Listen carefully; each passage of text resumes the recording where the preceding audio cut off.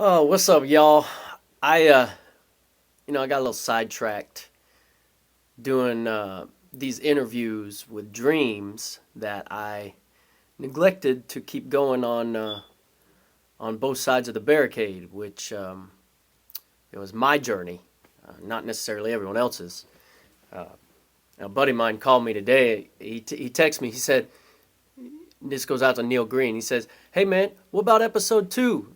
And that's where we are now. I kind of left y'all hanging there at the beginning of COVID with episode 1 and working with Susanna Baca um, and touring with her. And then at the end, I remember mentioning that, they called me back that next year. So 2000 now, this is the beginning of 2000. And I was already on the road. So that story is pretty interesting as well. I was still working with the tour bus company that I'd started with in Nashville, and there was a position in merchandising for Brian McKnight, and it works like this: the tour bus company not only leased the buses, but that year got the contract to do merchandise, which it's a pretty decent contract if you could sell T-shirts. The markup is good on merchandise. A lot of bands tour, and they do so basically because they sell enough merch to keep going. Um, oh yeah, you're in my dungeon den. This is the beat room or beat lab as we call it. I was outside on number 1, number 2. We're inside. Which when I started with Brian, it was because there was that opening in merch, and I went out there to sell merchandise, but Brian was coming up in our consciousness. I mean, people knew anytime they knew that song, um, but they may not have known Brian as a pop star until back at one.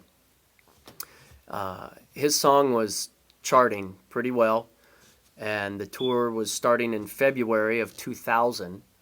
The first week I remember being out there and we sold out of merchandise. So now stuff is back ordered, right?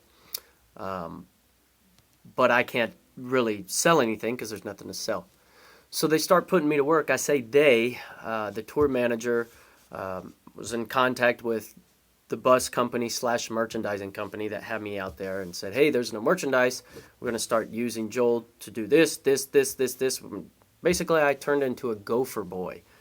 And that is, an easy way to say, Joel, go get this, Joel, go get that, stock the buses. I handled, I think, dry cleaning runs for the dancers, background singers. And that, what it did is it created a role for me. It actually allowed me to not sell merchandise anymore because I had created a position for myself on the tour. Basically, Brian was charting, and his song ended up, reaching number 1 during that tour, and then it went number 1 worldwide. So I was benefiting from getting to see the audience in the real transaction respond to a number 1 hit, popular hit. That's something that I will never forget. It's something that I started to recognize more when I would tour with artists, is what the audience reaction was to what song, where, and how it was placed in a set. I mean, as a musician, I would pay attention to all of these things and think that they were important. I mean, when you arrange a song, it's important. So when you arrange a show, it's got to be damn important. So here I am now creating a position for myself that when merchandise comes back around, they have to bring another guy out to sell merchandise opposite of me, because I was a tour assistant at that point. I stayed on the road as a tour assistant, and towards the end of the tour, I think the duties for Brian just doubled and tripled to where I was pretty much doing everything for Brian. I mean, I remember it. Like, gosh, we'd check into hotels. I got with the valet, handled luggage, got stuff to rooms. We'd go to do radio spots, and I would just help coordinate and liaise. Um, it got busy, and that's when I first started to work with, the radio and record labels. Was with Brian in a popular promotion, album cycle, all those type of those ways that used to work that we don't really do much anymore. The fun part about working with Brian is on the road. I got to see places I'd never been to. I'd never been to Canada, so I was going into Canada for the first time. There's a fun story about that. I won't go too deep into it, but we knew that Canada was strict on letting people into the country, and one of the bus drivers let us know that he wasn't going to be able to get into Canada. Rather than them flying out another bus driver to go into Canada, this is from New York into Toronto, and then our next show was Detroit, so we'd have to cut through Windsor. Basically, one entrance one way, one exit another way, in and out of Canada.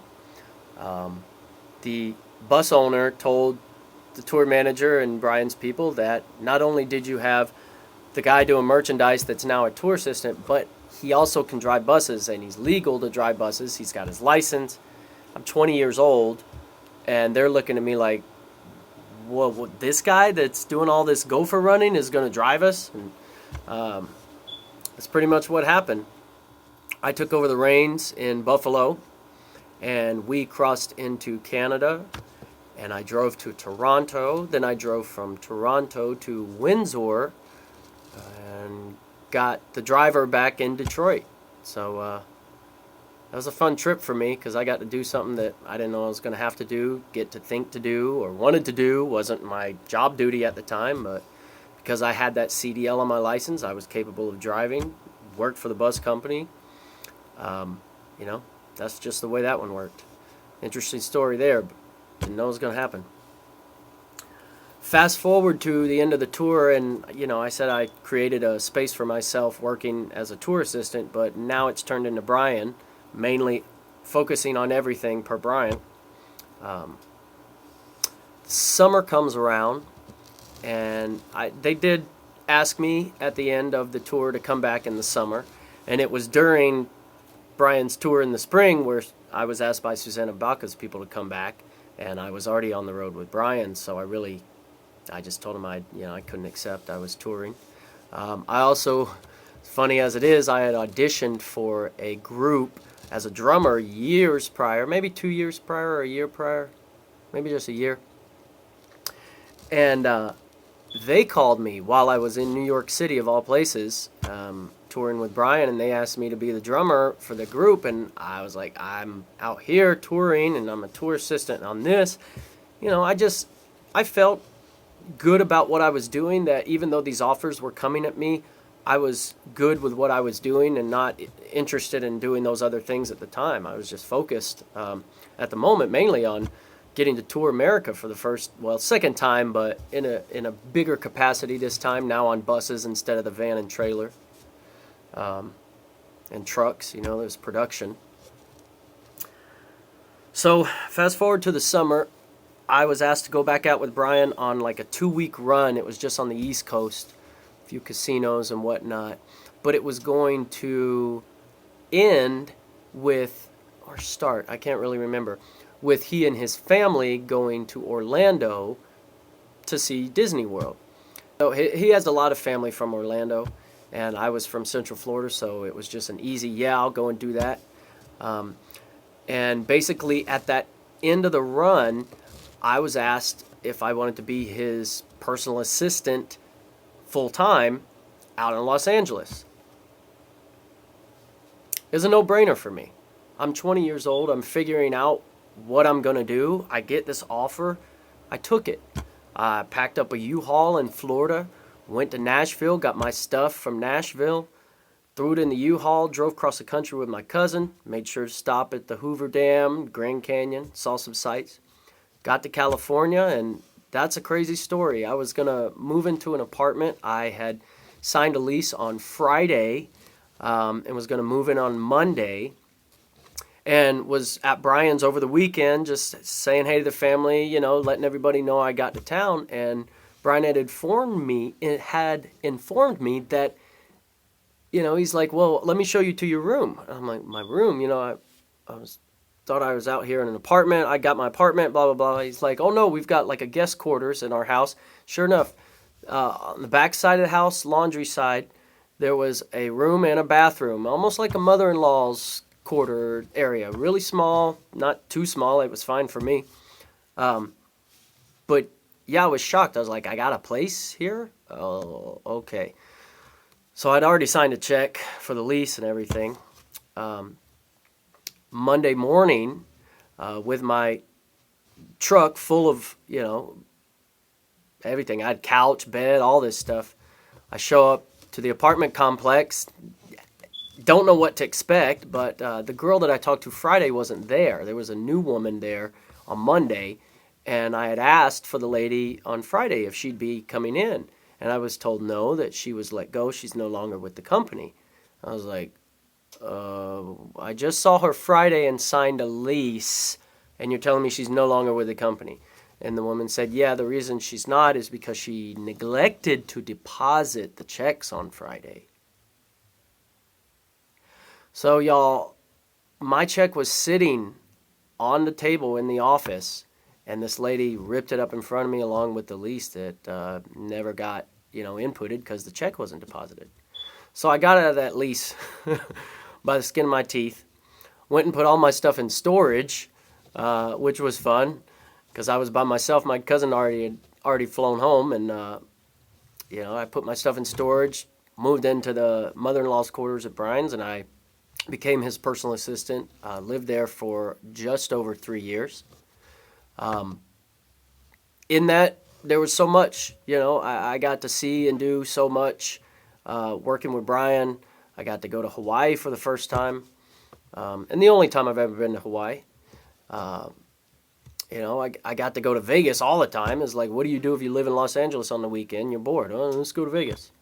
I got to go to NBA games. I got to meet NBA stars.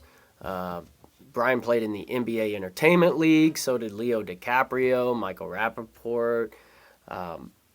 You know, he played flag football with Jamie Foxx. I mean, there was so many times where I met a celebrity because Brian was a celebrity. And then there was the time where it just clicked. It was, you know, Brian's piano is in the living room, and I, of course, am a drummer, so I have my drums. Mostly upstairs in the pool room. There's a picture that's out there of little Jaden Smith when I was babysitting him, and him sitting on my drum set, this same snare actually, and he's playing my drums, and that's in the pool room.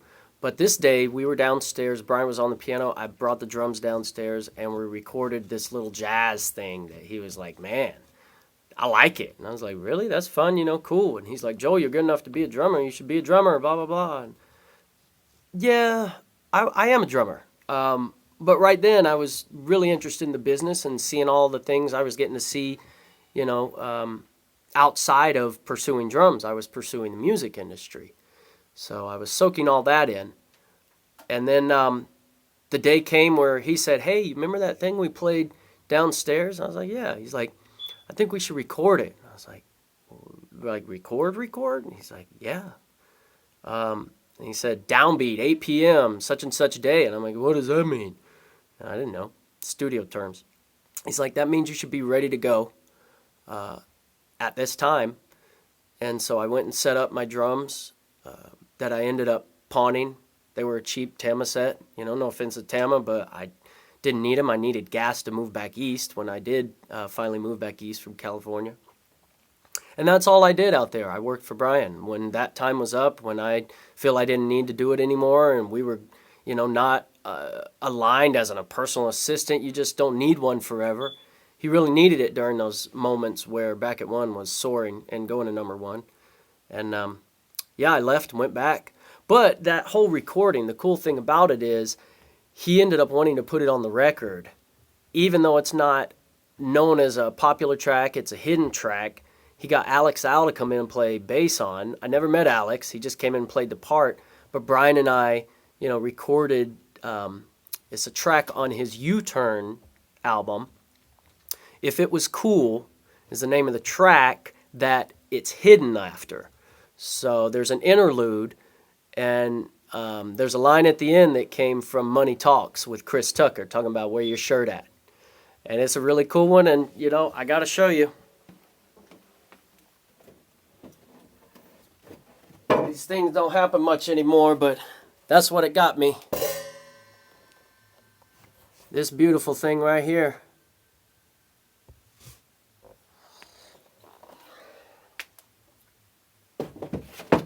Hey. And so, that's why you should continue to pursue your dreams. You never know what's going to happen. You never know when that yes is going to turn into something even better. So don't forget, when music comes calling, you got to say yes.